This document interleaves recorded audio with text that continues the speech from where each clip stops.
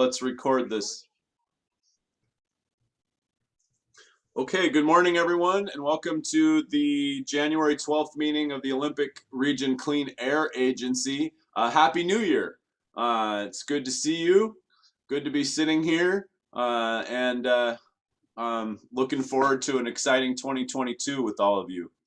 Want to go ahead and do introductions, and then we'll jump in. So first I'll go through the board, and then we'll go through staff, and then we'll do any guests or public, just so we have a name to go with the face as we have a few guests here. So I'll start. I'm Jim Cooper from the City of Olympia, and I'm the chair of the board. Greg Brotherton from Jefferson County. I'm returning member of the board. Carolyn. Hi, I'm Carolyn Cox, the alternate representative from City of. Joan. I'm Joan Cathy from the City of Tumwater. Carolina. Carolina Mejia, Thurston County Commissioner for District 1. Randy. Randy Nevlin, Mason County Commissioner. Bill. Bill Peach, Collin County Commissioner. Mike. Mike Runyon, City County Commissioner. Did I miss any board members? Okay, yeah, sorry, my screen's more full than I'm used to, so I'm making sure that I don't miss anyone. Okay, Fran, can you walk us through the staff? Can. So I'm going to go just through. So Mike Schultz.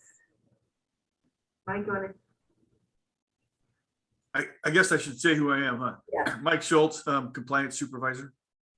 Odell.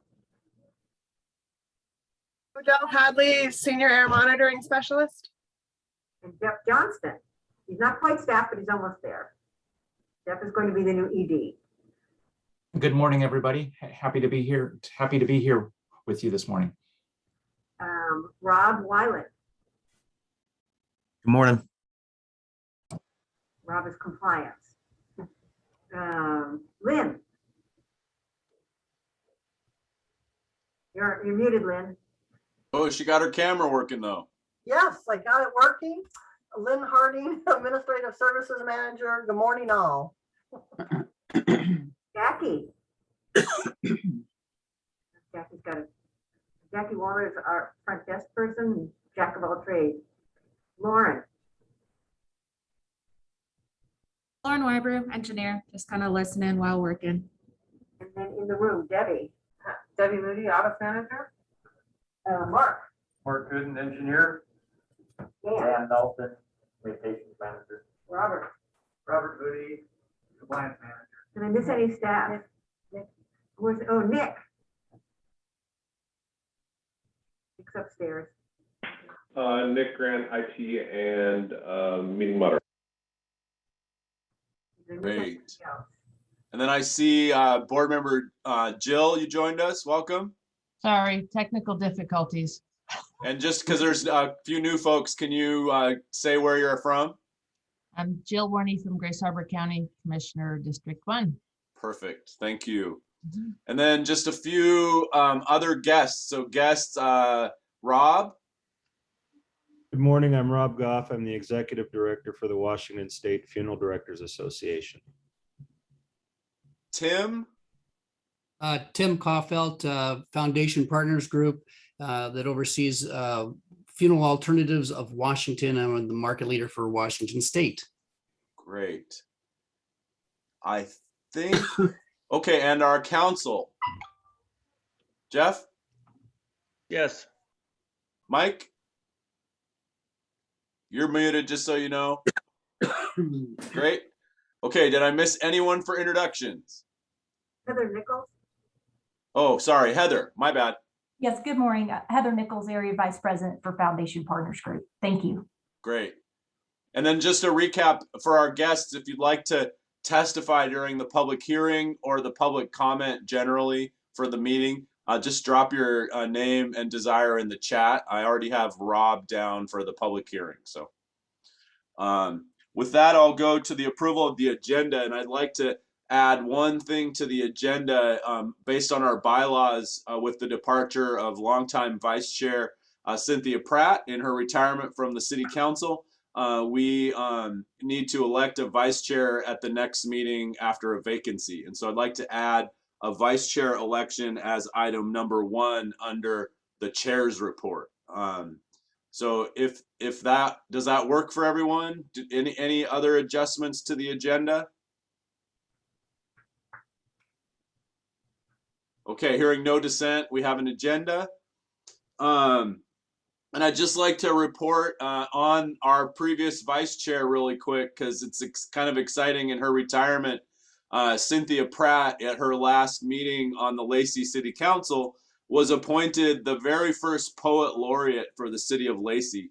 And that's really exciting. Cynthia's a longtime poet and has been a leader in the area organization of poets. Now the second city in Thurston County to have a poet laureate, and she's been on the board for the Association of Washington Cities and been working with poet laureates nationally, and so it's really exciting. And just, well, you know, if you see or know Cynthia, pass on a congratulations for that. It's pretty cool. And Carolyn, from, you know, on behalf of the ORCAA board, that was a pretty sweet move from your Lacey City Council on the way out. I haven't seen that cool of recognition for someone's retirement. So, Well, we had a little send off for her and managed to keep it a complete surprise. And I have never seen Cynthia come completely undone before, but she was just blown away. It was very cool.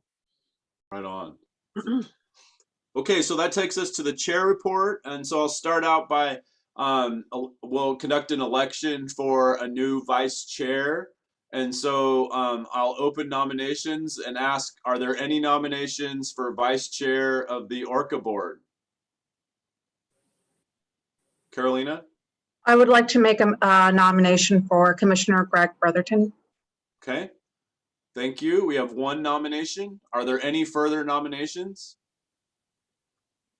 Are there any further nominations? And finally, as required by Robert's rules, are there any further nominations? Okay, hearing none, we have one nomination. So this is to fill the vacancy. Oh, just 1 second, Carolina. To fill the vacancy until the next officer elections, which actually will be at our April meeting. So this is a short-term stopgap, and then we'll do elections for chair and vice chair in April. Carolina. I was just wondering if Commissioner Brotherton accepted the nomination. Yeah. Thanks, Caroline. Yes, I appreciate it, and participating in the recent ED search and other work. I'm really enjoying the time on ORCAA. I would appreciate the opportunity to dig in a little bit more and participate in the finance and help support our chair, Cooper. So yes, I accept the nomination. Okay. With that, all in favor of electing Greg Brotherton as the vice chair of the Olympic Region Clean Air Agency Board, please say aye. Aye. Aye. Aye. Aye. Opposed? Opposed? Motion carries. Congratulations, Greg, and thank you for stepping up. We really appreciate it. And I think that'll be a good fit for onboarding our new executive director. So, My pleasure, and I appreciate it. okay, so that takes us to a chair report, and so I'll just give a quick update on the finance committee meeting this morning. And so we looked at our first half of our fiscal year, which runs from July to June, and things are looking good, mostly on target. About 50% of the year conducted, and most of the numbers line up. We are don't have our assessments from the municipalities in yet, so that shows a low account number, but those bills go out this month, and the money will come in January and February, and that's about $485,000 or $464,000. I'm sorry.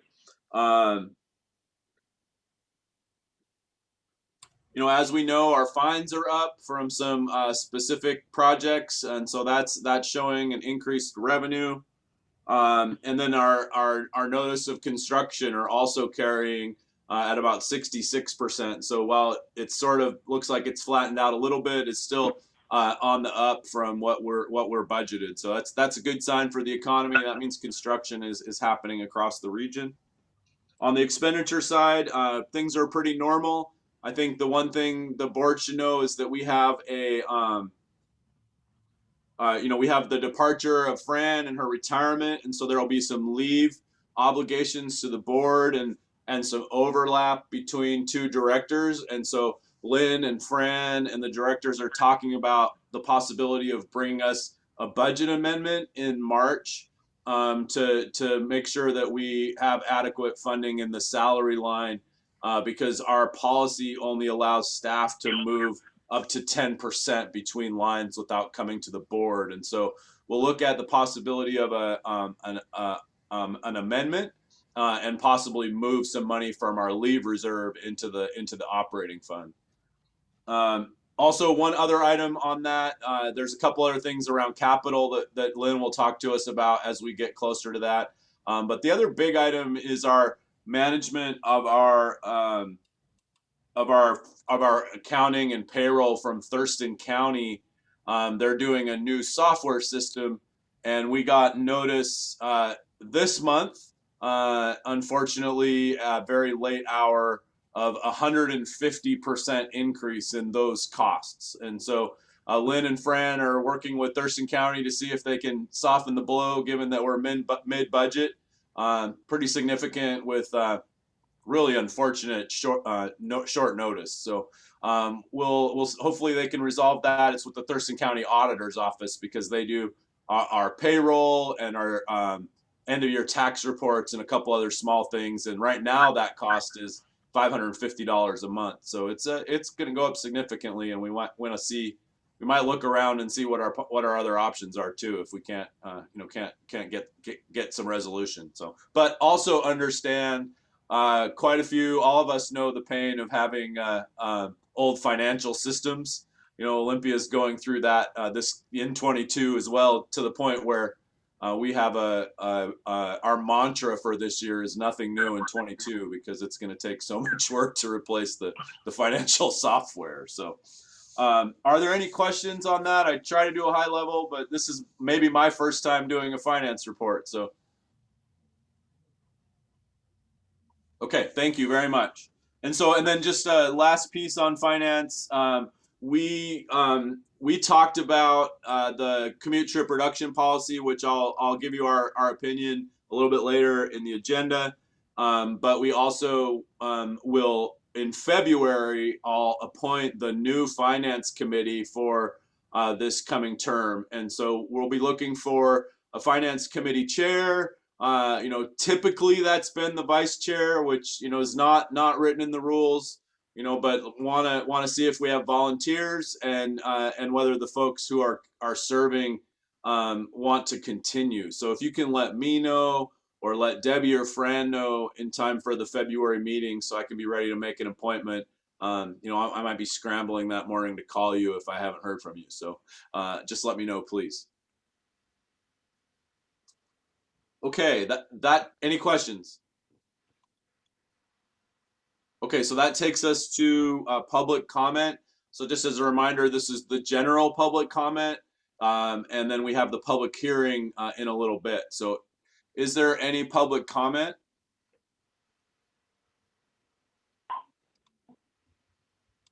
Okay. Rob. Is this where we would speak, or is that in the public hearing? I'm not.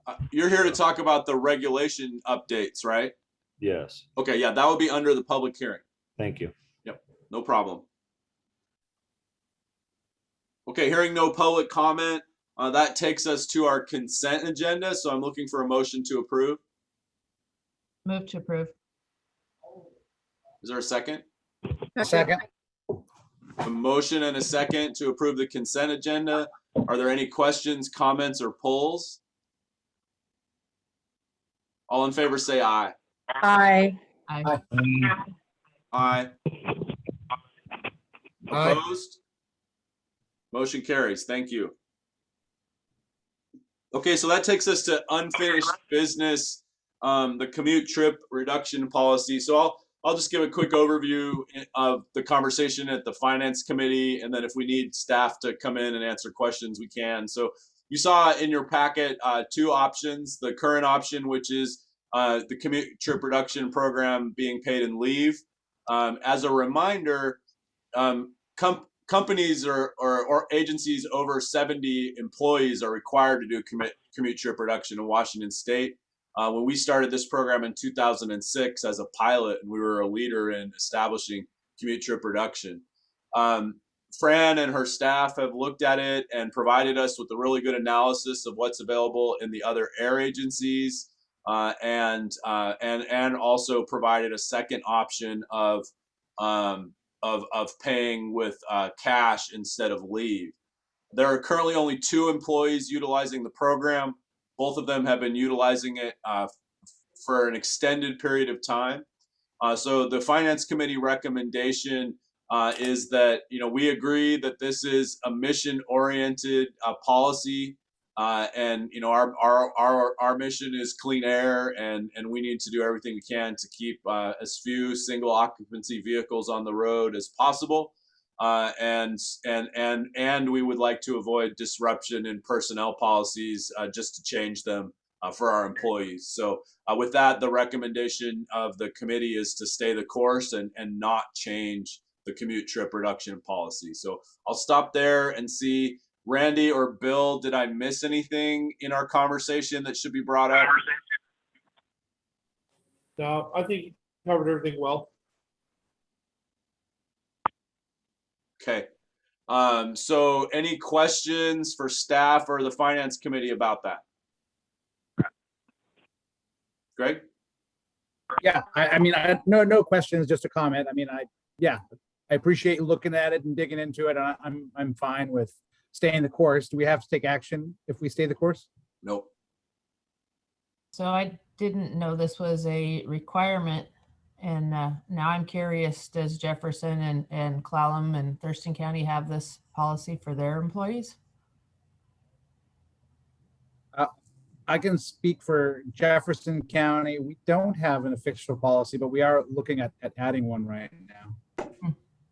I didn't know it was a requirement. I mean, for over 100, so it's not a requirement for ORCAA because of the size of the organization, right? For us, it's not, but I don't know the particulars of that policy. We can ask Lynn. Lynn, can you chime in on that requirement just so other jurisdictions can take a look? Yes, I'm gonna pull my file real quick. Okay, can we follow back up on that, folks? Is that okay? If you have something, just put it in the chat, a link in the chat to where we find that. That'd be awesome. So, the information that was sent out on commute trip reduction is Lynn developed, she talked about Thurston, Mason, so she talked about all of our counties. And so, when she was exploring options, and so you'll see that Thurston says they're saying they're using the free bus pass. So, but folks, you can see exploring the commute options. So Thurston, they have, there's a collection of transportation and commute alternative resources available in Thurston County. So if you look at the chart that Lynn, and I think everybody got it, or maybe only finance got it. I'm not sure.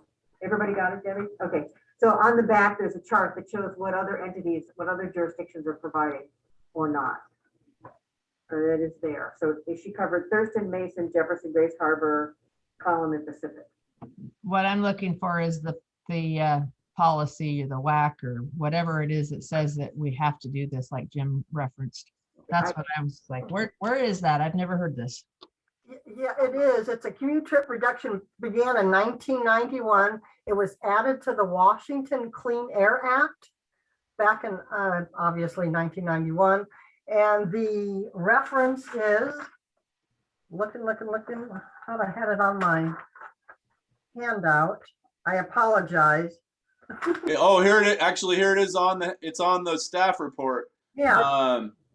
Under the RCW, is it that RCW 5108013? There you go. Okay. That's not right.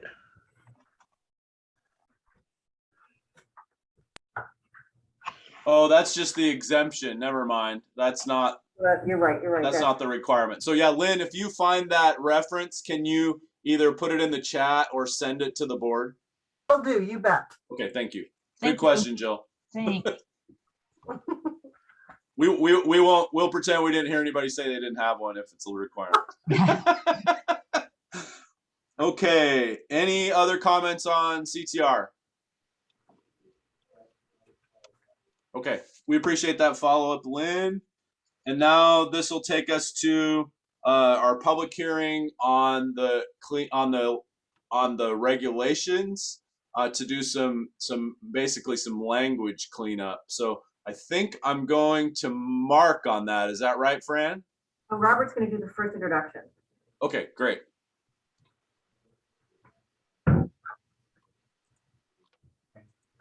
Can you? I can see you. Okay.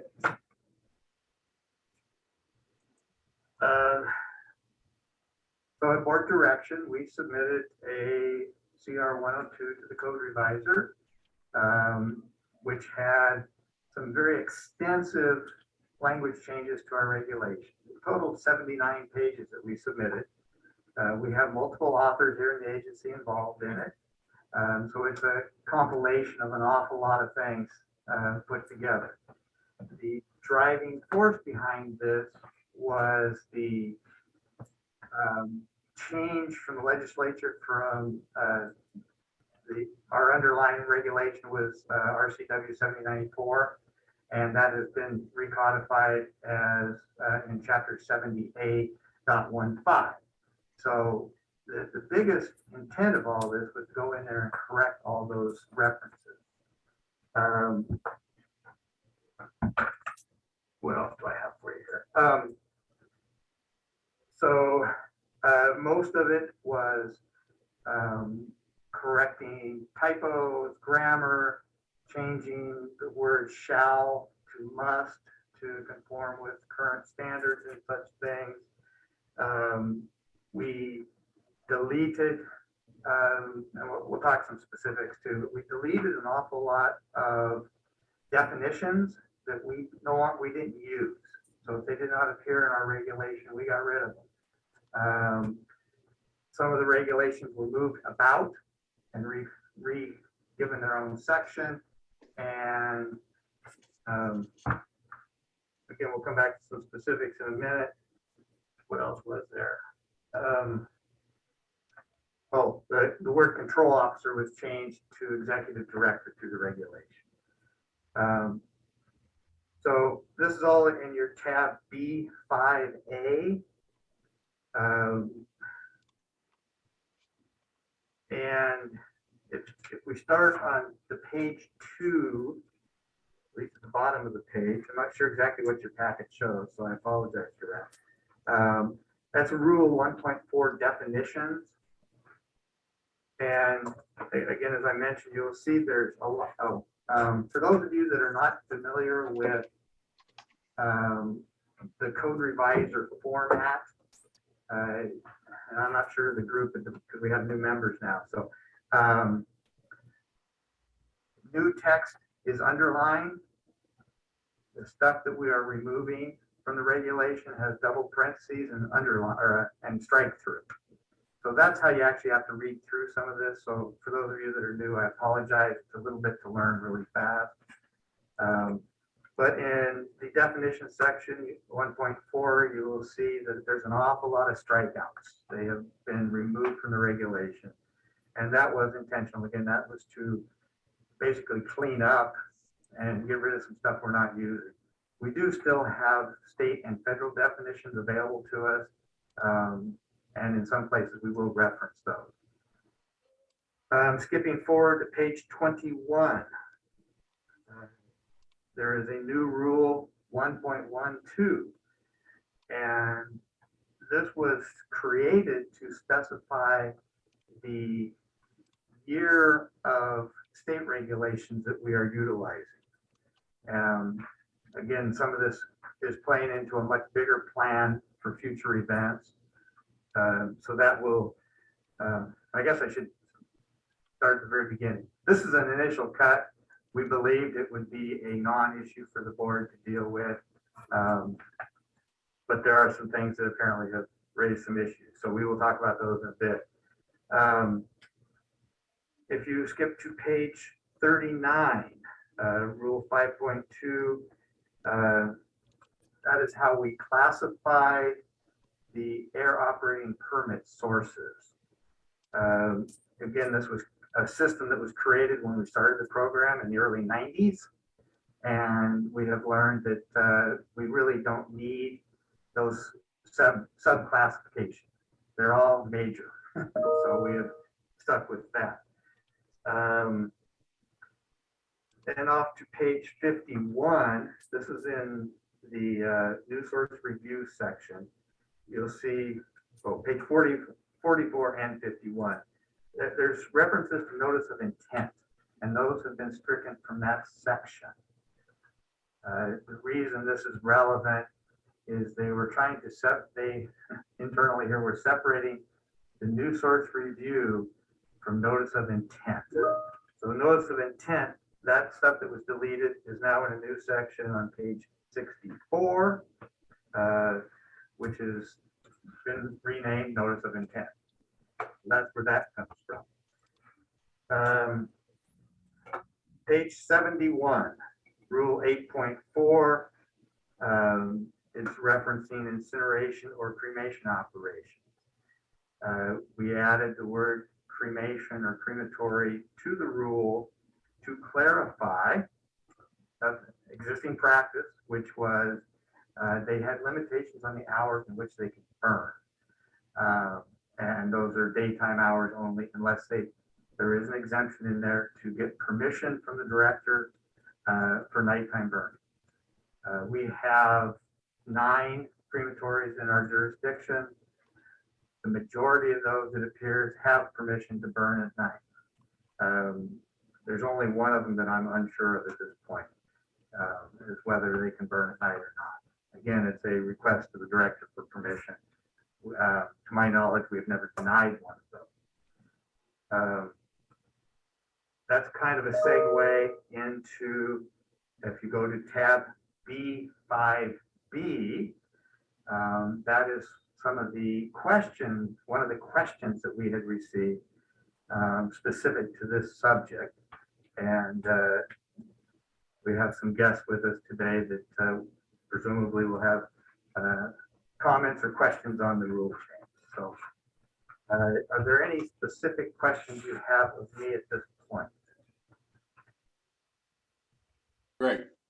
Yeah, I'm not sure if I missed it, but looking through that note, I see a response, but I don't see the original question on it. Can you restate it for us? They were phone calls to us seeking information.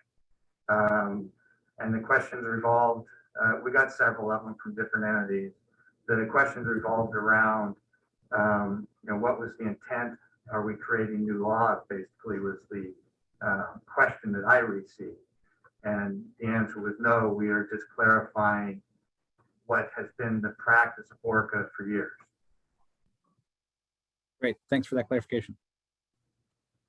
Any other questions before I open the public hearing?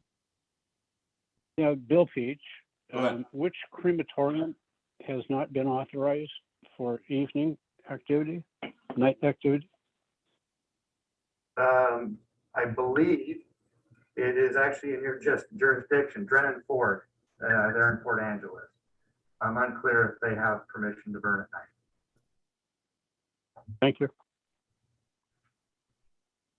Any other questions before I open the hearing? Okay, so I'm going to open the public hearing on the proposed regulation updates. I have one person signed up, Rob Goff. Rob, give us a couple of minutes, please. Thank you. Thank you for the opportunity to talk with you. As I said, I'm Rob Goff. I'm the Executive Director for the Washington State Funeral Directors Association. And I want to first thank Mark for introducing 8.4. That is our large concern that we have with the regulation change. I understand that the change has come about due to crematory operators not wanting to be placed alongside incinerators, but rather have separate regulations for that. And something that came up out of that description just momentarily was the ability to cremate after daylight hours. that's a point of topic that we do have. We are concerned about the being able to cremate after hours, the permitting that's effective with that, how that operates.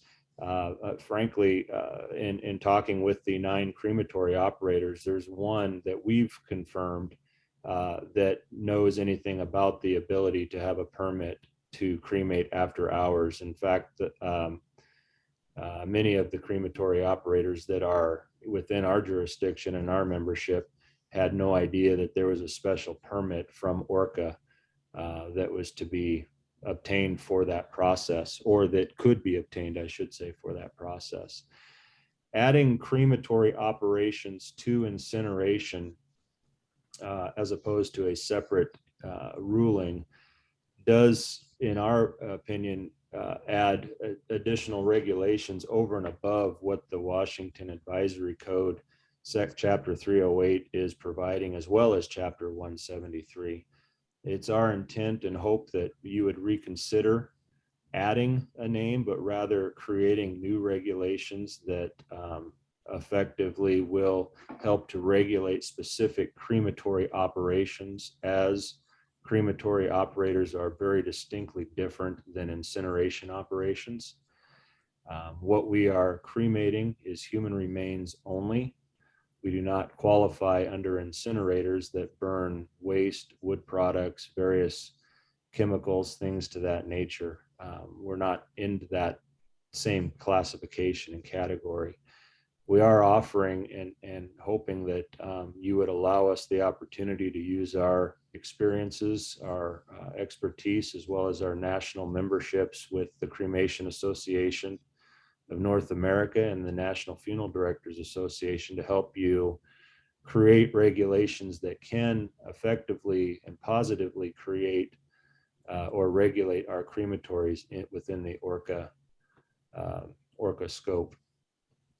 So we want to thank you for the opportunity and hope that you will reconsider just adding a name of crematory operations arbitrarily to the incinerator program, but rather ask that you would allow us the opportunity to work with you to create regulations that are specific to cremation operations. Thank you. Is there anyone else that would like to testify?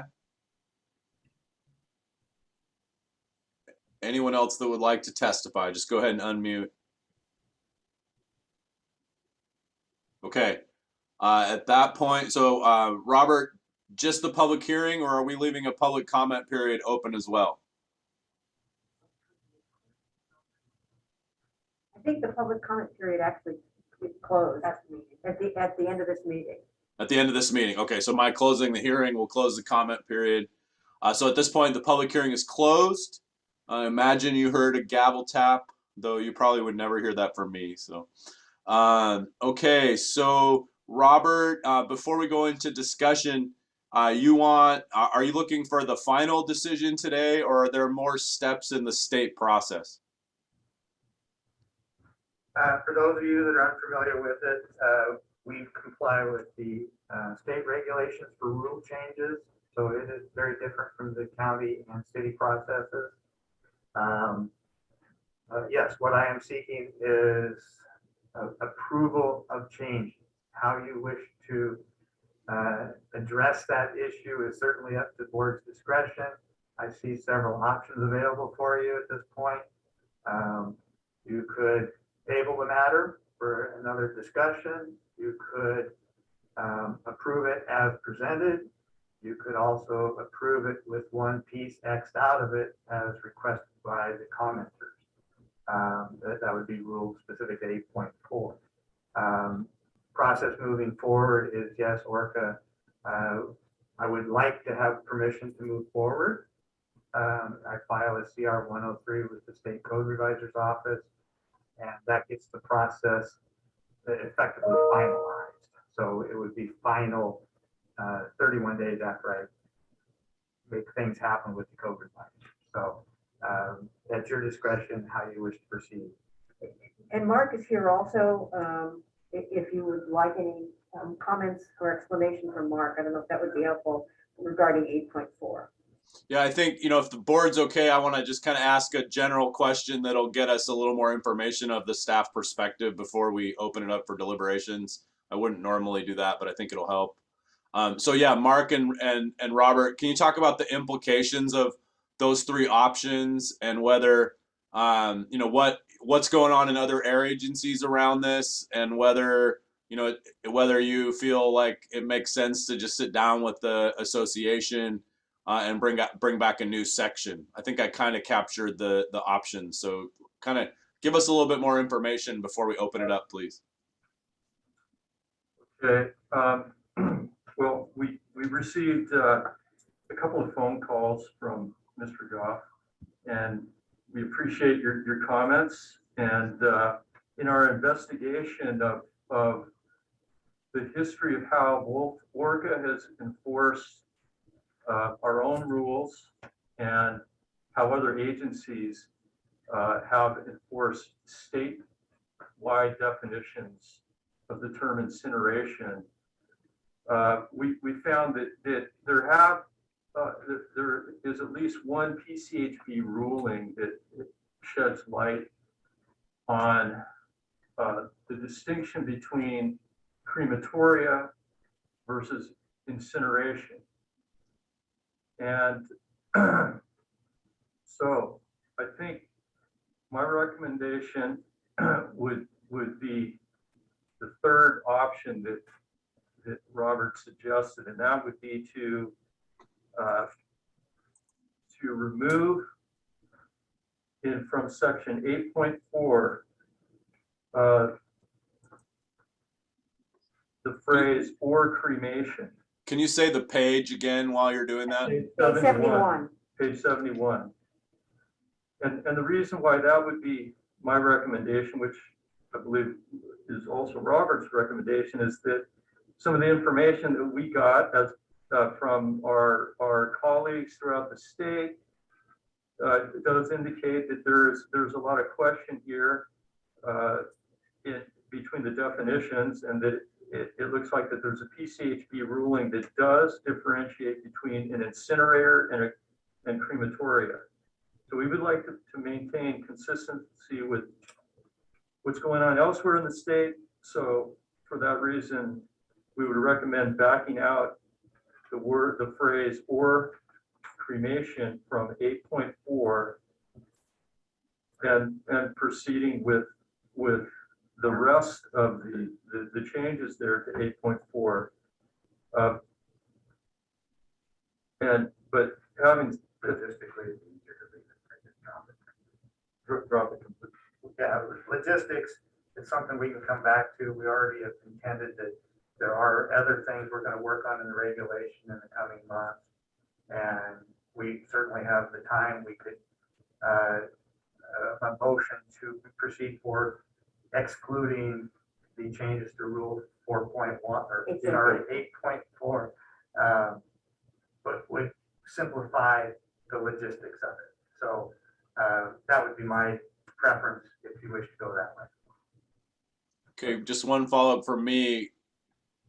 Do you, and then do you want to leave it open though and work on that, a new section, or do that as a separate filing? That would be a separate filing. Okay, perfect. Okay, so at that point, I'll open it up for the board for discussion. Greg. Yeah, I had a question. Thanks. Yeah, I'm a little curious about the discrepancy between Mr. Goff's testimony about the crematories' ignorance of the fact they had to permit after hours cremation at all with Robert's presentation that 8 out of 9 already had that permit. Maybe it's lost in the annals of time.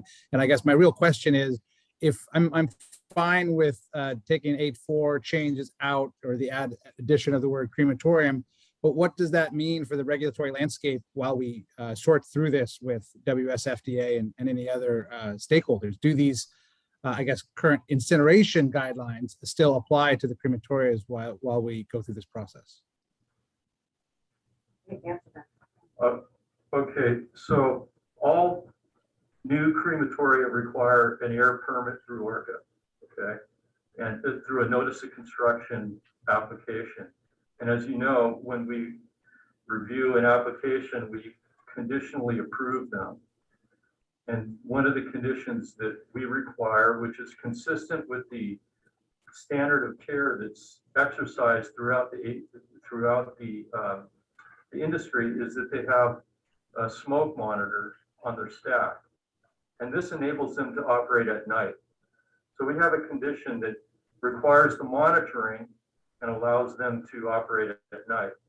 So for all new cremators, and this has been the case since the early 90s, when I first came on with the agency and started issuing notices of construction, is that was our standard approval order, monitoring, and that allows you to operate at night. To my knowledge, I think, as Robert mentioned earlier, there's only one crematory in our jurisdiction that's grandfathered, if you will, and we don't know if so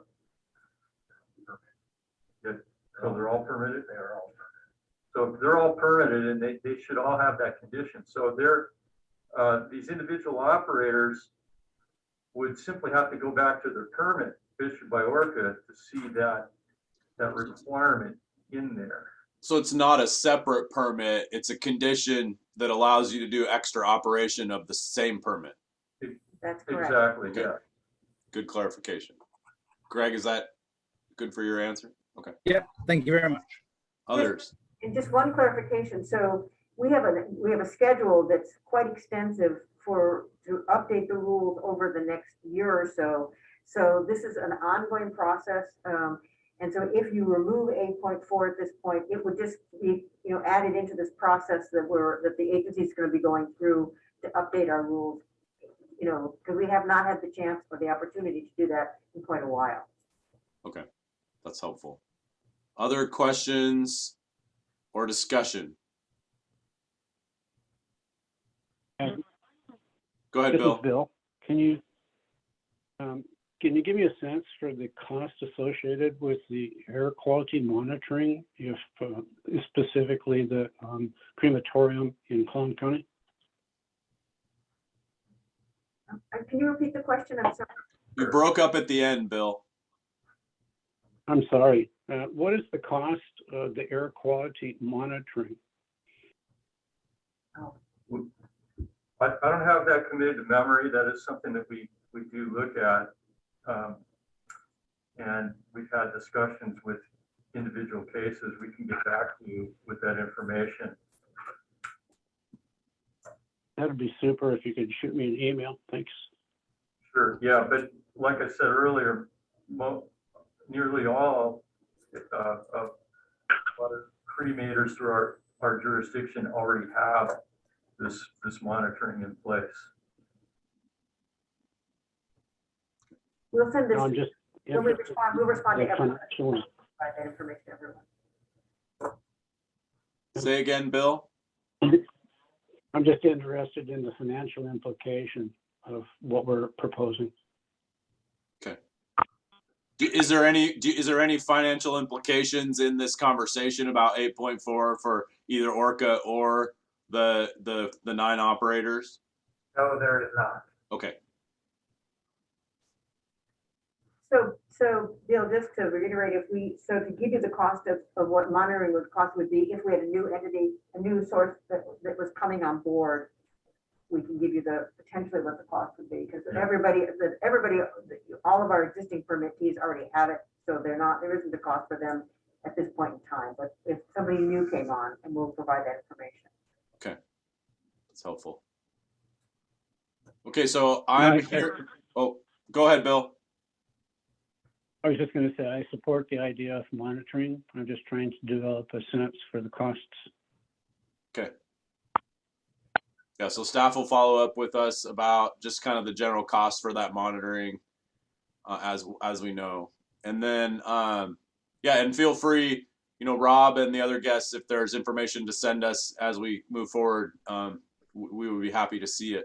So what I'm hearing is a staff proposal or a staff recommendation to move forward with the amended regulations minus the proposed amendments in Rule 8.4 on page 71. Is there a motion? Go ahead, Greg.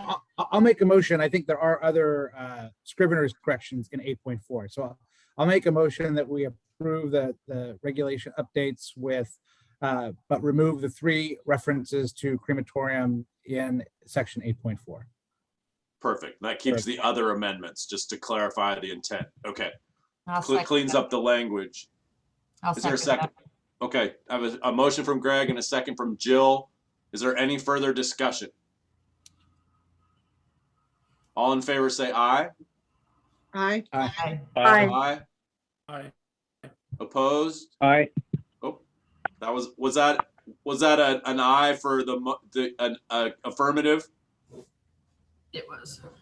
Okay. Any opposed? Okay, motion carries. So we have updated regulations, and staff will work the crematory question into their work plan and partner in the conversation as much as appropriate with the industry representatives. Is that where we left it? Works for you, Fran? Yes, that's great. Thank you. Okay, great. And Rob, all of us are willing to meet if you want to express your intent to the board too. Thank you very much. We would be happy to work with you, and thank you for hearing us. And we'll be making ourselves available to you at any time. Let us know what we can do to assist you. Okay, great. Yeah, that's how good government works. You don't always know what the implications are until you put it out. So Thank you. Thank you for your interest. We appreciate that. yeah, thank you, everyone. Okay, so we're gonna now move on to Robert, that's all you need, right? Jim, if I can interject real quick, I just want to say goodbye to everybody. Please be in touch, but I do have to check out of my hotel room at this point. So I'm going to get off the meeting at this point. Great. Thanks for being here. Thank you, everybody. All right.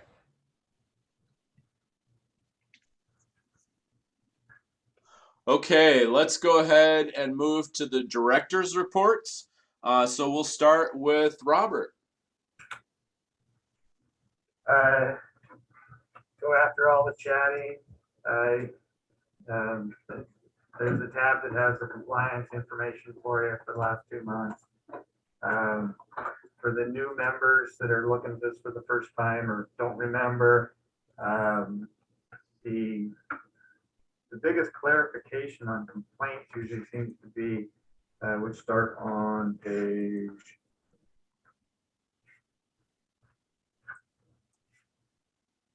9. I usually get questions about the stuff that's happening in the city. Well, these are postal addresses, not necessarily if they live within the city limits out. So keep that in mind as you look through there. It was relatively calm through the snow because people couldn't get the matches to stay burning. So that was good. Unfortunately, the flooding that followed here in the last couple weeks, we are aware it has damaged homes and possibly some businesses. We do not know the extent of the damage yet, but we are trying to address that and continue. We have issues or concerns about asbestos and demolition work, as well as outdoor burning of the waste materials. So we are trying to address those issues. And I will address that in my comments. Good. And I'll just add too, for the new anyone new looking at this document and the complaints, the REC apostrophe D with the letters, those are the initials of the respondent or to the complaint. So that one's not always clear for new folks. Maybe next month I'll give you a better description of what all's in there. Cool. Enough conversation today, I think. Any questions for Robert? Okay, thank you, sir. Mark. Okay. Good morning, and for our new members, I'd like to direct you to the tab that is titled Industrial/Commercial Air Permits. As I mentioned during the public hearing, there's what we call a notice of construction permit prior to a company or entity constructing or installing a new source of air pollution, a new stationary source like a boiler or a stationary engine or a cremator or an incinerator. It requires a notice of construction. They need to go through the agency and receive approval before constructing. And so that's this list.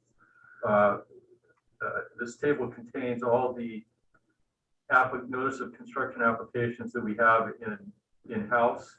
And so you can see from that first page that since the last board meeting, there have been 13 that have been issued as final and delivered. And so I'm not going to highlight any particular one right now, but just to offer that that's what this this table has to do with. These are notice of construction permits for new sources and air operating permits. As you go through the list, you could see there's an identification of the city or general area where they're located. If you see that any there that pique your interest, you can talk with Fran or me directly and get information on those applications. So I'll just leave it with that and ask if there's any questions at this time. Questions for Mark? I have two, Mark. What is dry sodium borohydride? Yeah, that's a good question. Okay, so Jennifer DeMay is the engineer working on this particular case, and she does a really good job because this is one of our more complicated chemical manufacturing facilities. This dry sodium borohydride is a chemical that's used in the pulp and paper industry. It's a clean type of a chemical, and that's about all I know, is that it's used in the pulp and paper industry. So this is a big chemical manufacturing plant. Probably the most complicated facility, I think, that we have in our jurisdiction. Oh, wow. We got In Elma. In Elma, that's why I asked, because I have my family lives there. In fact, that sounds like a cool tour if we could. It is, but it's very secure. There's let me put it this way: you can get more information on on our website because it's all posted, and Jennifer is a really super good write-up that explains the entire process. Okay, great. Yeah, I'll keep an eye out for that. Okay. And then my other one was just on the healthcare authority, the after the fact generator. Is that the Cherry Street Plaza building downtown that I saw the smoke spewing out of? Yes, and thank you for that link there. That one has been delayed. I have concerns over the location of that generator as meeting general state requirements for siting generators. My intent is to actually go out there while they're testing the generator with a CO monitor and to see what's up. And it's just taken me a while to, I have yet to schedule that site visit. So okay. I've taken that one under my wing and intend to visit them. I don't see it as a huge issue right now, being that we have not received any complaints aside from the one that you originally forwarded to us, Jim. Great, thank you, Mark. And just for the benefit of the board, I did not make a complaint. I just took a picture of 3 blocks of downtown full of diesel smoke from a second or third floor parking garage generator. So we'll see where the permit gets. Thank you. Any other questions for Mark? Okay, thank you, Mark. Odell.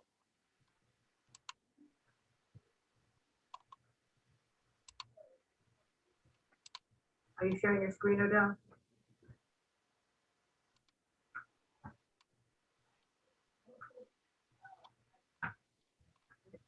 No, maybe. There we go.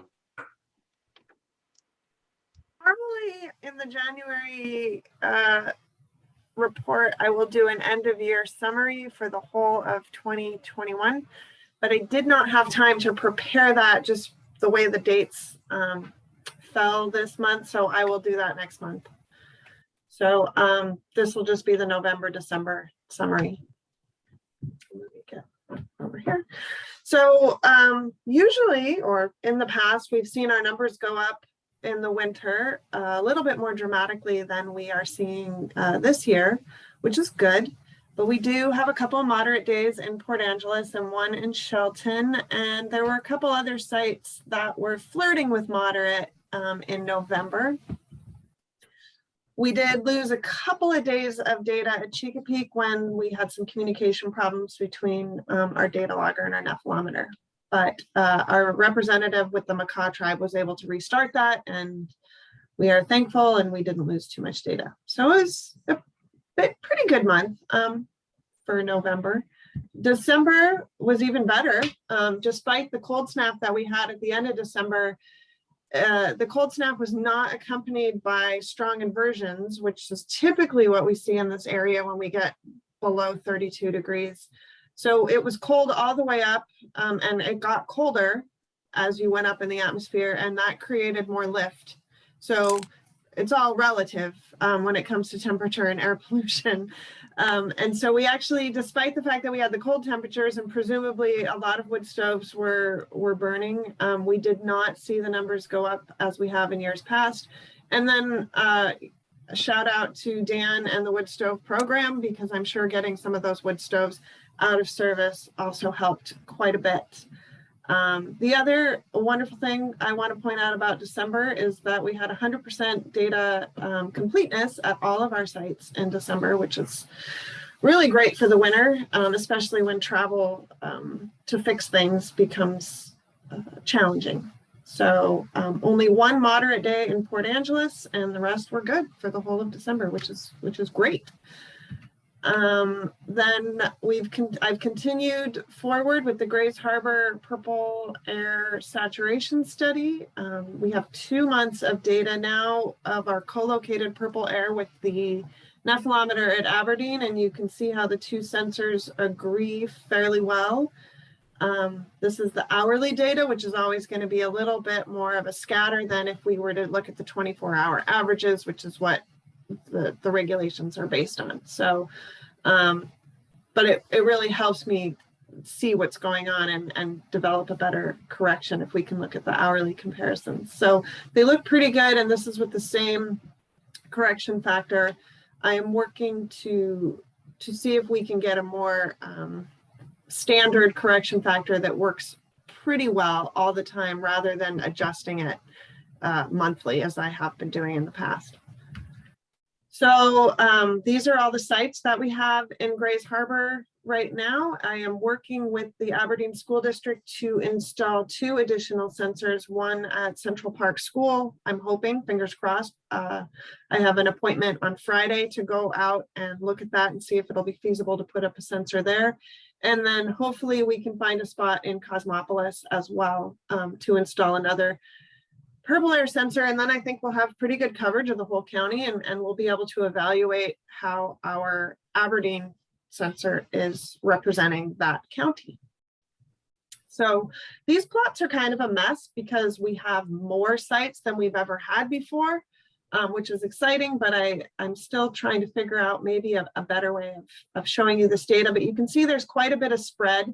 But the one thing we really want to look at is the red line, which is our Aberdeen monitor there, and make sure that it either is representing the worst air or is worse than the other sites where the air would be presumably cleaner. And so far it seems to do a pretty good job. This is for November data. Here we start to see a few peaks at some of our rural sites, and this is in December. This is in Oakville and the Cohasset Beach out by Westport. And we did see this at some of our other sites where I think because of outdoor burning regulations being different in the county versus in the city, which is where our sensor is, sometimes you can get somebody that's just doing a land clearing burn and you can get a day or two where that really drives up the numbers because they're allowed to do that. So that's something to look at as well. And then in other monitoring news, we've kept up to date with our site quarterly visits. Had to replace a modem and a router at Port Angeles, but that has saved us a few visits. It's a new system to keep the communication going and not require an on-site visit to fix it when it has a problem. Aberdeen, Nick went out there, swapped out a malfunctioning nephelometer we had some problems with, did the quarterly QC. I was able to get up to Chesapeake and do a site visit and also have an audit with ecology. I already mentioned the Gray Harbor purple air sensors. And other than that, I've just been really working on the Mason County saturation study report and data analysis. I also want to throw out there that we now have almost 3 years of data at Shelton between our purple air that has been sitting out there for 3 hours, basically unattended, and our nephelometer. So I can now look at the drift and how those two instruments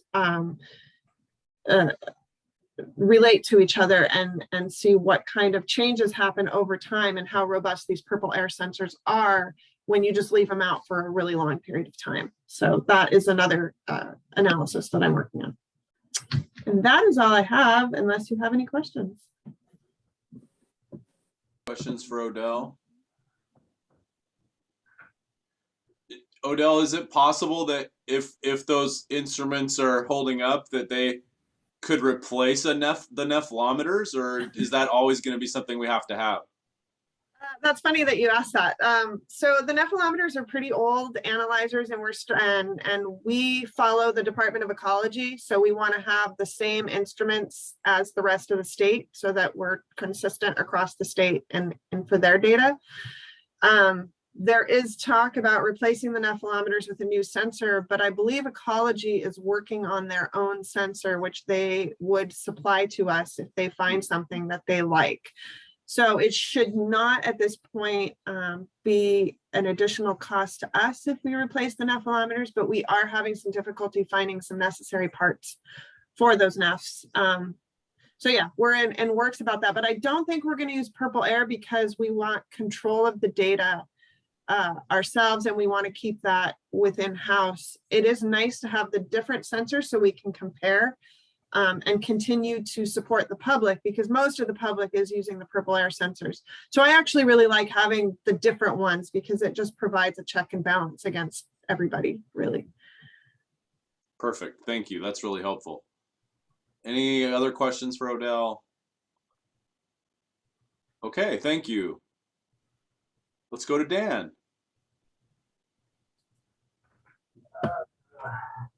We'll start with wood stoves. Wood stove program is creeping along, as you can imagine, given the past months of weather. Most people aren't real anxious to pull out their heating device right now. So we're not seeing a lot of recycling or replacement of wood stoves during snowstorms. Dan, you're going to need to project just a little bit more. Okay, let me move my mask. That might help. So the wood stove program is slowed down over the past month because of the weather primarily. People don't want to remove their heating devices this time of year.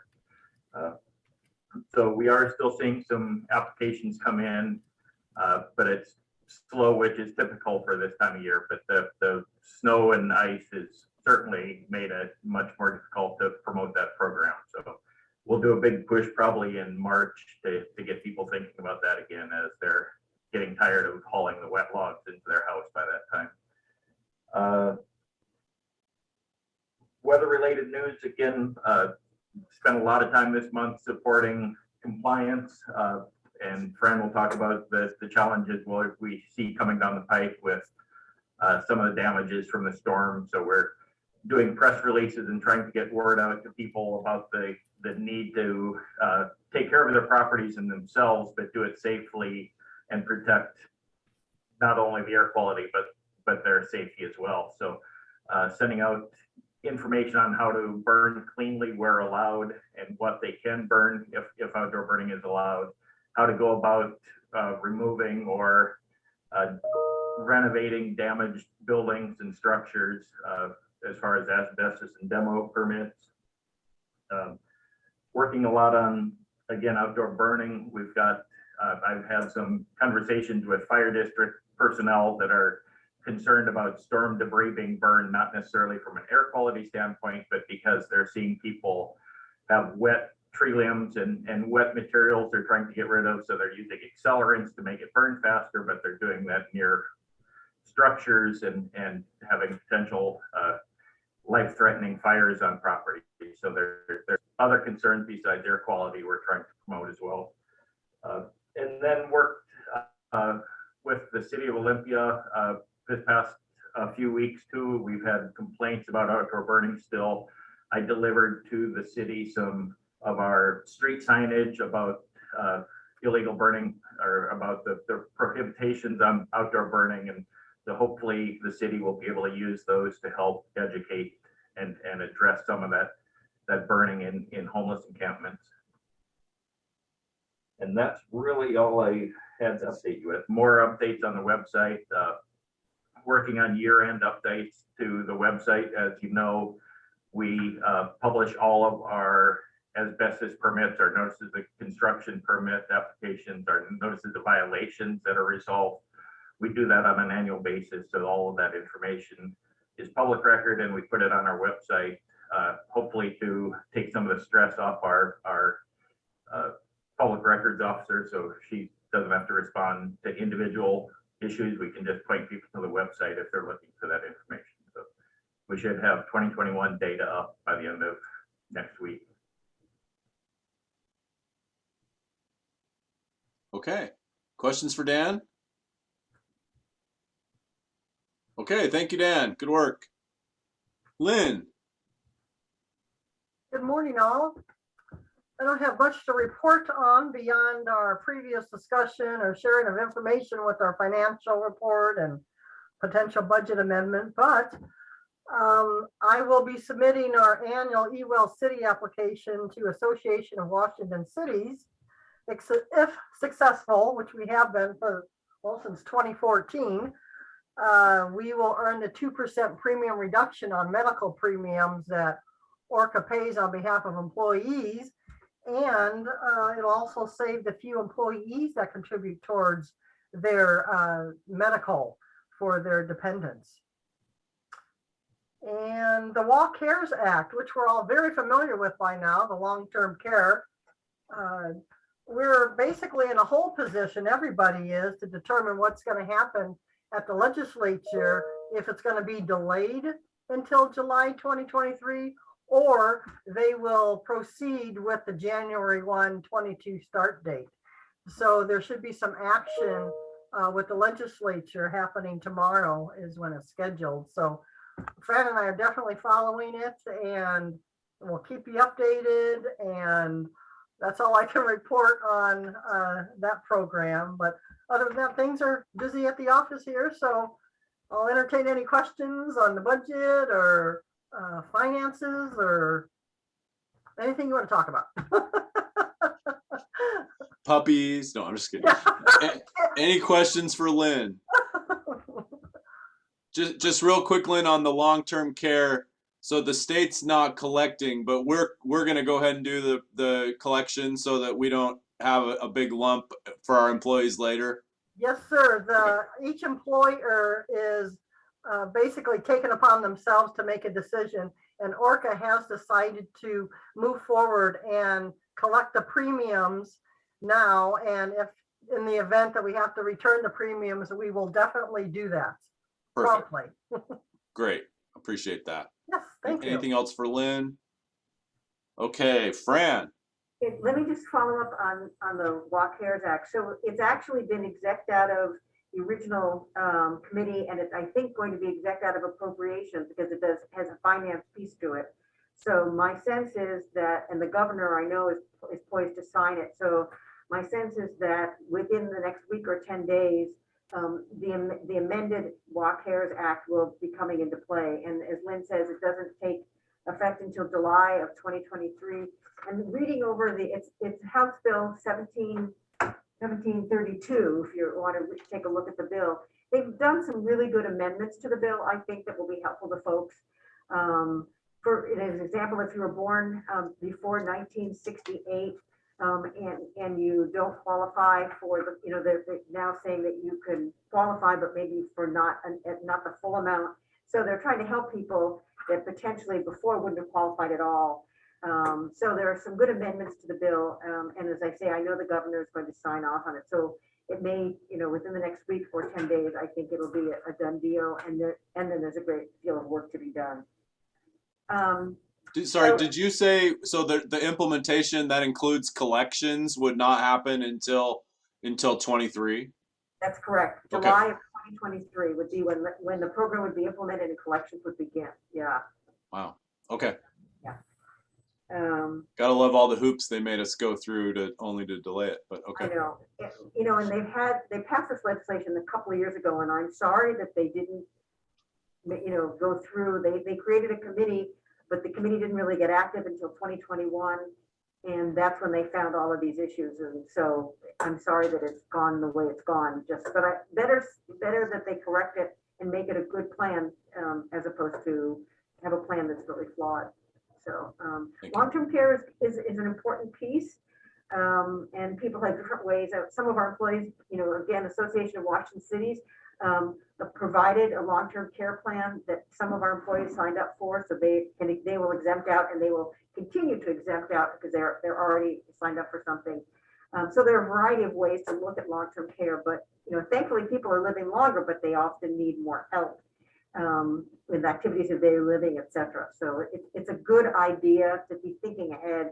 So I'm really proud of our state getting, you know, being one of the first states to actually enact something like this, because it really is an important piece for people to be able to exist and be able to live potentially independently for longer, or if they need to be in assisted living, etc. It provides some funding. It's not a lot of money. It doesn't go very far, but at least it's a help, and it gets, I think, people thinking about the concept.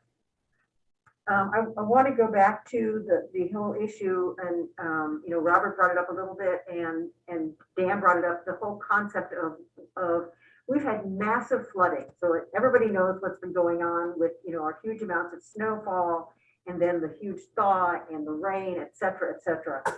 And in 2015, the board, I came to the board with a resolution that basically was a resolution that said that I, as the executive director, had the ability to basically look at the fees for asbestos, and this is specifically asbestos and demolition, to be able to, you know, it says, whereas a fee schedule was adopted and that requires asbestos and demolition permits to ensure proper remediation and safe cleanup of structures.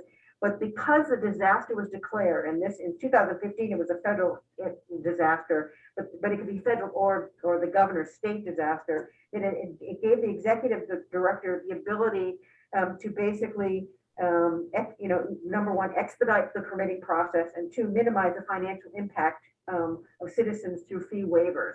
So in this situation, and Dan's doing a really great job, and we're all trying to get out to local jurisdictions and get information out. My concern right now is there's been a lot of damage to homes and structures because of the flooding. And, you know, these facilities, you know, even new buildings can have asbestos in it. But what I don't want people to do is, I don't want people to, number one, harm themselves. So our major concern is public health on this. That people, the reason we want to get information out there is so that people will understand what they need to do. But also because it's been so extensive, to be able to get somebody to come in and someone to come in and test for asbestos, or even do contract for asbestos removal, it's going to be very, very difficult. So in talking to our attorneys, what I wanted to do was be able to, under the executive director authority, is be able to offer, again, in this situation, it was the governor declared a state of emergency. So there's a disaster declaration. And I wanted to be able to use that same authority to be able to use discretion when it comes to,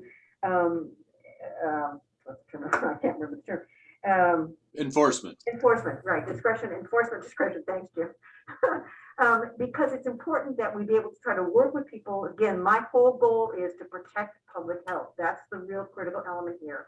And I don't really want to go after people for enforcement. I really just want them to do the right thing and come to us and ask us what needs to be done.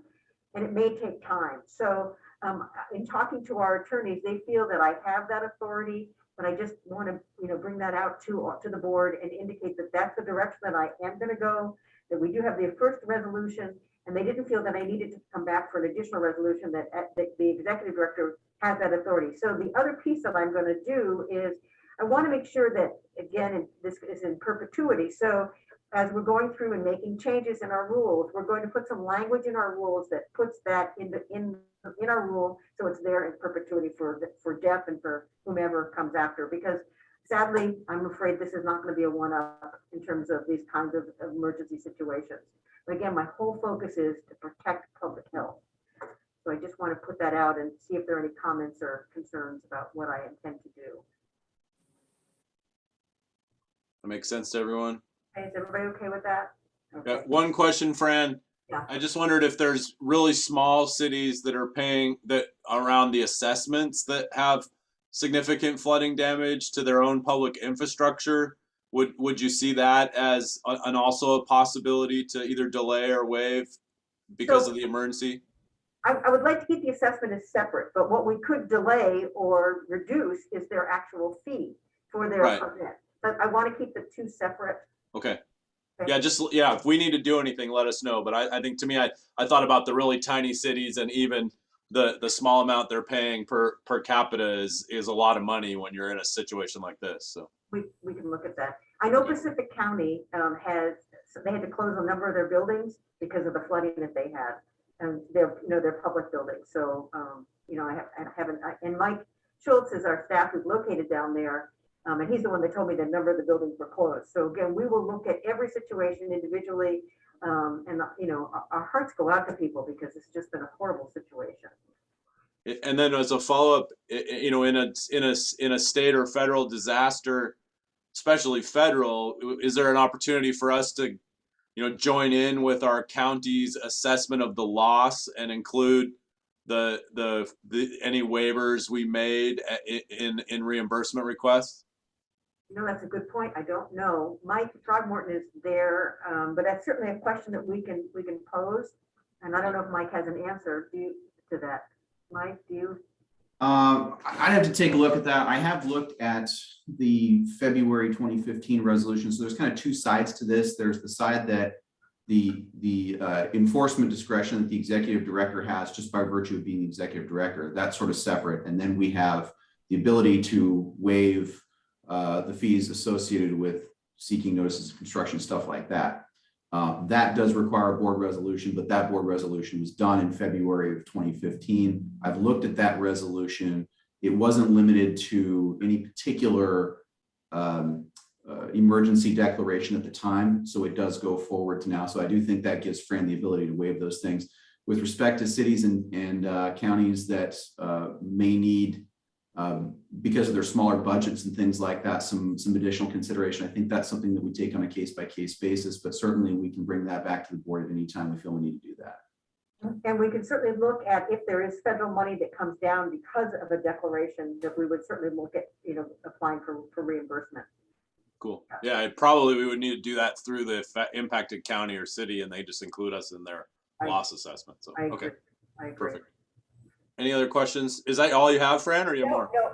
So the legislative session is going, Lynn talked about the Long-Term Care Act. There's also a lot of climate. It's a 60-day session, so it's very short. The Climate Commitment Act is still something that the legislature is working on different components. The Department of Ecology is focused on developing Part 3 of the Climate Commitment Act, and it really focuses on EJ, environmental justice.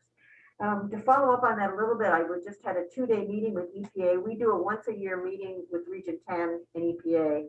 And EPA is putting in a lot of work on EJ in terms of when you're applying for grants, looking at communities that are impacted communities.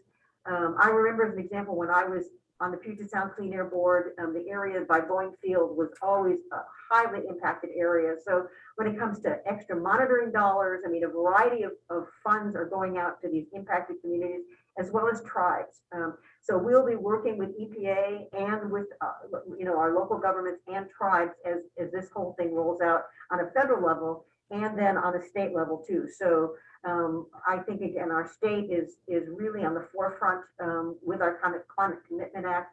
And so there's a number of things that are going to be rolled out in the next year or 2 years, which is nothing right now, but it's a sort of a long-term plan that ecology is working on and involving a lot of folks. The other thing that came up that was of interest, and I've harped on this one for now, I think 2 or 3 years. A number of years ago, the legislature passed a law that said there could be burning in urban growth areas for the Department of Natural Resources. And Craig Kenworthy, he was the director of Puget Sound Clean Air, he's also gone. He and I were the 2 people that when we get to these Region 10 meetings, we'd say, wait a minute, you have to do a smoke management plan, you have to update the SIP, the state implementation plan. You can't be burning in these urban growth areas that are populated areas until you've made those changes. Again, it's not done. So this is going to be something that Jeff's going to have to work on. But I brought it up at the meeting again, and they tell me ecology and EPA and DNR are all working on it, and they were all part of this conversation. It's not there yet. They are, what they've indicated was if it's under 100 tons, it's one scenario. If it's over 100 tons that they'd be burning, they have to get approval by day to be able to burn. So it's an issue. Jeff's going to have to deal with it, but it's one that I keep harping on because, as you all know, urban growth areas that's where people live. I mean, those areas will ultimately be part of the city. And so I want to make sure that the state and that the DNR and ecology and the feds all do it right so that we don't impact people's ability to breathe clean air. That's the most critical piece. It was a good meeting. It's always good to meet with the folks at EPA. And there are just a ton of things that they're working on with local governments and with us. One of the things that was also kind of interesting was Alaska. There was the way that you look at wood burning devices. Alaska was unhappy with sort of the mechanism that EPA had in place. The EPA has now said, okay, we're going with Alaska. And Alaska has a great list of those wood burning devices that they feel are approvable. They have, because of the rural nature of Alaska, they've got areas of unattainment, and so they really have to be careful. And wood stoves are a big thing in Alaska. So they are a really good entity to be looking at and sort of watching. And EPA is also doing the same thing. So I think that is it. I guess just it's sort of an end comment. I just want to thank you all. I've really enjoyed the last 12 years. And you've been a great board. I couldn't have asked for a better group of people to work with. You've been supportive. You've been helpful. You are tuned in. And I truly, truly appreciate you all. And I know Jeff's going to do a fabulous job. I will be, the second week of February, I'll be sort of on call, but I will call in from home. I'll be part of the meeting, but it'll be Jeff's meeting. Be kind to Jeff. He was visiting last Friday supposedly for an hour. He was here 3 hours. So we have a lot of work. I have a full page. I'm going to make sure that his transition is good. I've said to him that even after I'm no longer with ORCAA, if he has a question or a concern, he'll have my personal email, my personal phone. I'm welcome. I welcome questions. I want to make sure, for the sake of you all and my staff, that things go on flawlessly. I know under his leadership that'll happen. Many people at EPA and of course state agencies know him, so he's a familiar face. They know his expertise. So I think the transition is going to be really flawless. But as I say, I just want to say thank you. You've been wonderful to work with, and I hate to say goodbye. It's hard. Can we applaud, Mr. Chair? Yeah, we can applaud and take a few minutes to make comments too, I think. And I was hoping that I'm not sure if we've figured out if we're going to be able to do any kind of outgoing event or celebration for Fran, and what her desire is around that. So I don't know, Fran, are you thinking there will be another opportunity, or should we take a few minutes? Because of Omicron, I'm really, really, really careful. I was supposed to have an event with my kids over the last weekend, my son and daughter-in-law and grandson. When my grandson was exposed, his teacher at preschool was exposed, and so even though he had a test that said it was negative, we didn't get together, and so and as you can see, I'm wearing a KN95 mask. I just need to be very, very careful. I just don't want to get sick, and I don't want to make my husband sick. So I'm not planning on anything, very honestly. I think under the circumstances, we just need to be very careful. Okay. Well, so then that makes this your retirement party. I guess, yeah. I mean, and I have to apologize because I really assumed, and I still hope that we can do something. If you'll be on at our February meeting, it's technically your last one, and if we don't have an opportunity for a separate meeting, we can provide a spot on the agenda for that, if just so we do it more up front instead of on the way out of our meeting. And then I'll talk to Debbie and Jeff about what would be appropriate for ORCAA to do as part of that. We name our building after you when we pay it off. Don't do that. So, but yeah, open it up. Comments. Question. First, let's do questions about Fran's report, and then we'll move to retirement comments. So, are there any questions about that and the legislative report?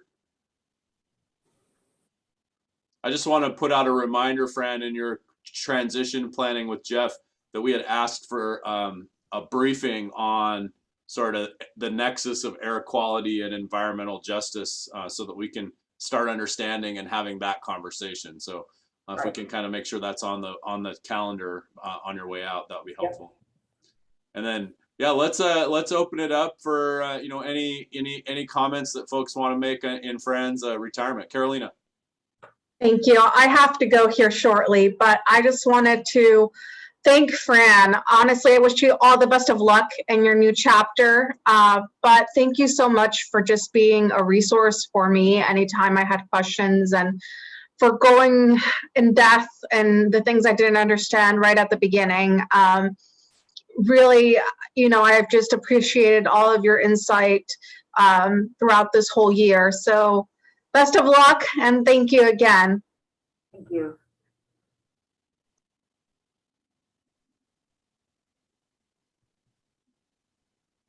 Greg? Yeah, just hopefully we'll see you again in February, Fran. But jump on the Carolinas train. I mean, you've been a great liaison for me as a board member in connecting staff and the work of ORCAA. And setting it up so we had the tools that we could be the policy council. And I really appreciate your work, and have fun in retirement, and yeah, be safe, and we'll miss you. Thank you very much. Thank you. Randy? No, Fran, I appreciate you a lot more than you'll ever know. One of the greatest compliments I can give may seem like a simple compliment, but to me, it's one of the highest things I can say. And that is that you are an extremely competent leader and person. And that word competent to me is a jewel I don't give out very often. Thank you so much for all the dedication you've done for all the years. I already can imagine that you definitely are leaving it better than you received it, but I wouldn't know, because when I came in, you already had a great handle on it. You were doing wonderful. So thank you so much for sharing all your competence with us. We very much appreciated you, and I do hope we find a way to recognize you greater than what we're doing now. Thank you.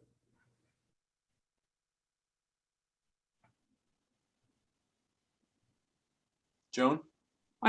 Hi, Fran. I'm still thinking back to the first day I walked in here as a representative from Tumwater, and we looked at each other and said, we know each other, don't we? Or somehow, some way here, and discovered that we do have quite a connection. So it was fun. So this has been a fun time for me to be here as the representative, because you're here. And I agree with what's been said. I already knew you were a competent person, and you do it everywhere you go. So I'm going to miss you. I've missed seeing you and talking to you and just being around you when we went to this Zoom business. But I admire you and I appreciate you, and it's been a wonderful time to be on a board with you. And to watch you operate again. Yes. You want to share how we knew each other, what the past was? You want to tell them how we know each other? Sure, go ahead. So my husband is an ER doc, well, he's retired. And he was the first, Alamo Hospital in Tacoma wanted to create a 24-hour emergency room. And so he was in the military doing his payback for medical school. And they recruited him to start the emergency room. And I think it was 1983, because I think I was pregnant with my second son. They decided to build, he was already there. He started in 1980. And they wanted to build an actual new emergency room because they were using patient rooms at Alamo Hospital. And he recruited a doc. Her name was Shelley O'Connor. And that's Joan's significant other. And so my husband, I've known Shelley, my son is now 38, who I was pregnant with at the time. So, and Shelley is an incredible doc.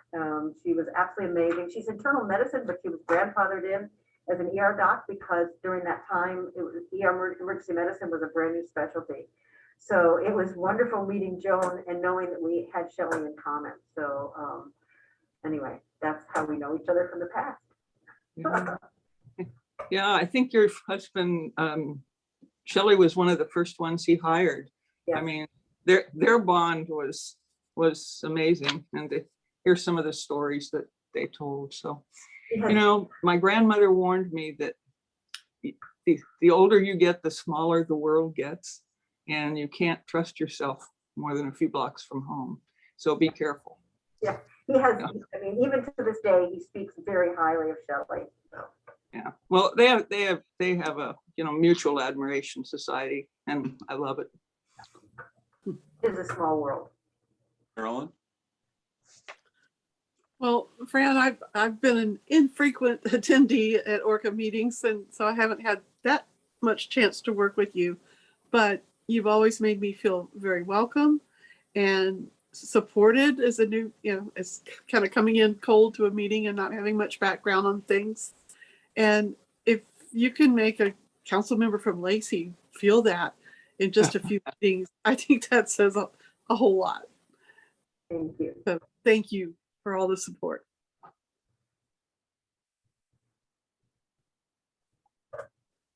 Well, I would just echo my colleagues, Fran.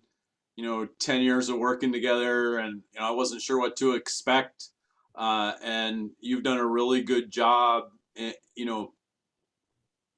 helping the board understand the balance of regulating the Olympic Peninsula. Especially for a guy coming from super liberal Olympia, if you will, and just the difference in values and politics across the region, and the rural nature and the federal nature and all of those overlays. I owe you a debt of gratitude for helping me and helping this board kind of get that. It's significant. It's why Randy and I get along so well, to be totally honest. And your financial prowess and ability to always keep us under budget, for a decade through two significant, impacts to our economy and the Great Recession and now the pandemic. And lastly, I think the biggest attribute to a leader is the longevity of their executive team. And, the fact that you've built this team that's here to bring in a new director and build an organization that generated the best pool for an executive director that I've ever seen. That's a testament to your leadership. That's the foundation that you have continued and built. And then personally, thanks a lot for flexing around doing the saturation studies. I know that was a big lift for the organization, something that we weren't really resourced for, but it was important, and the board took it on, and you reacted, and the organization reacted really well, to the point now where, because we're doing it, it looks like it's going to get easier as we go along. So thank you to you and your team for doing such a great job for the region. We really appreciate you. Thank you. And it is a team. The ORCAA family is really an incredible family. And as I said to Jeff, we are, one of the nice things about being a 16-member organization is we are a family. And I always say to my staff, family first, your personal family first. So they always know that comes first.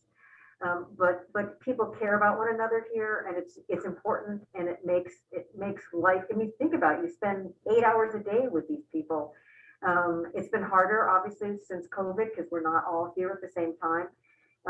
But this organization is a tight-knit organization with real quality folks, and there are going to be changes over the next number of years. But again, with good leadership under Jeff, I think the organization will be just fine. And with a board like you guys, they can't go wrong. So thank you for your continued leadership and support. I know the staff appreciates that. I know Jeff will appreciate that. So thank you. Great. Well, so stay tuned for maybe a little bit more of this in February, and we'll also provide some time for some welcome comments from Jeff as well at that meeting, as he'll be probably like around 10 or 15 days into his into his tenure at that point. So, is there anything else for the good of the order? Okay, then we're adjourned. We'll see everyone in February. Take care. Thank you, Fran and the team.